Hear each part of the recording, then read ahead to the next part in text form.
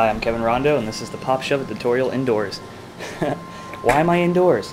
Well, see, here in Connecticut we have this thing called precipitation. It happens when it evaporates from the water and causes condensation in the cloud, causing it to precipitate enough out of a month to piss you off in April. So, yeah, it's really crappy out, but if it's crappy out here, it's got to be nice out somewhere. So, there's always somebody that's on a nice day looking for a little skate tutorial. So, I told you guys I was going to upload a video as much as I could, preferably every day. So, I didn't want to break that commitment already off my first video on how to ollie. So, we're indoors learning pop shove-its. So, let's get right into it.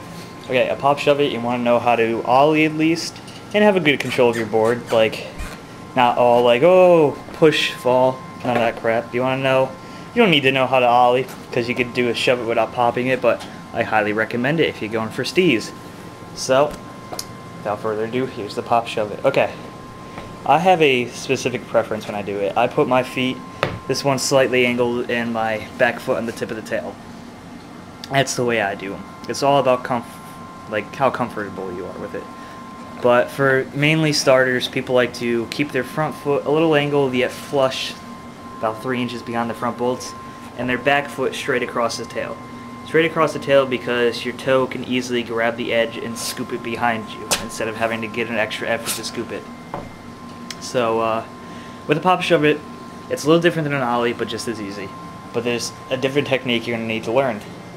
With a lot of flip tricks, like a kick flip, you got to flick your foot out, but you can't just leave it there because you're not going to land on your board. In ollie, both feet never leave the board. In this case, your feet are leaving the board, so you got to remember to bring it back in.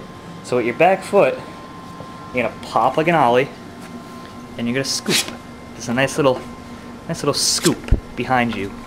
And just it's like a sweep, not a scoop. It's just a nice little gentle sweep. And it's going to cause the board to rotate 180 flat, like so. And yeah, so let's get more in detail with both feet and what they're doing. So like I said, your back foot's going to pop and scoop. That's going to cause the board to spin. Your front foot in this trick is kind of like the guide. It's making sure the board doesn't flip, yet it's making sure the board doesn't go too far back, too far forward. It's more like a guide. So focus a lot on your back foot. That's why people like to learn pop shove-it fakies, because when you're going fakie, your back foot's in front of you so you can easily see what you're doing, and you have more control of the board. If you want to learn fakie, by all means go for it. Props to you. You don't want to learn an ollie, you're being a rebel. Okay, so you're going to pop, sweep. Now, as soon as you sweep your back foot out, it's very important to remember to bring it back in. I'm overacting how much you want to sweep. It's just a little sweep, like that. So as soon as you sweep it, bring it back in. And the key thing when a pop shove-it is to remember that, unlike an ollie where your board is staying directly underneath you, a pop shove-it, your board is going outwards, so it's going to move a little bit from its starting location, which means you're going to have to jump forward a little bit with it.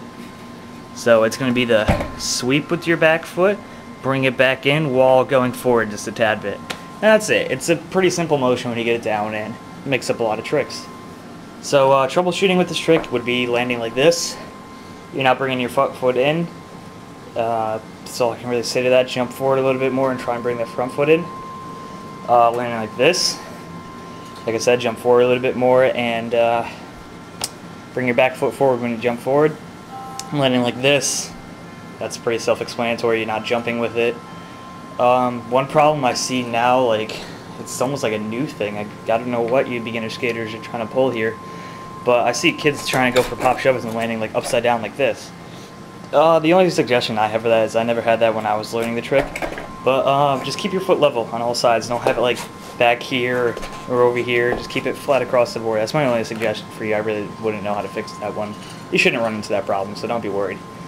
And that's about it. So, and for those of you that are already subscribed to me from when I used to make skate tutorials and are more of an advanced skater, don't worry, I'm going to be getting more in-depth on tutorials, and I'm going to try and make one every day like I said. It's probably going to rain tomorrow, so we're going to learn 180s on my carpet. But, yeah, so I'm going to say within 2 weeks I'll be on varial kick flips, varial heel flips, inward heels, tray flips, all that stuff. So those more advanced skaters, just stay tuned, subscribe, I'll have videos up in no time. So I hope this video helped. If you have any questions on the trick or anything you need help clarifying on, leave me a comment below or message me. It doesn't matter. And yeah, I'll look forward to seeing you in my next tutorial. Have a sparkling sunny day, I hope.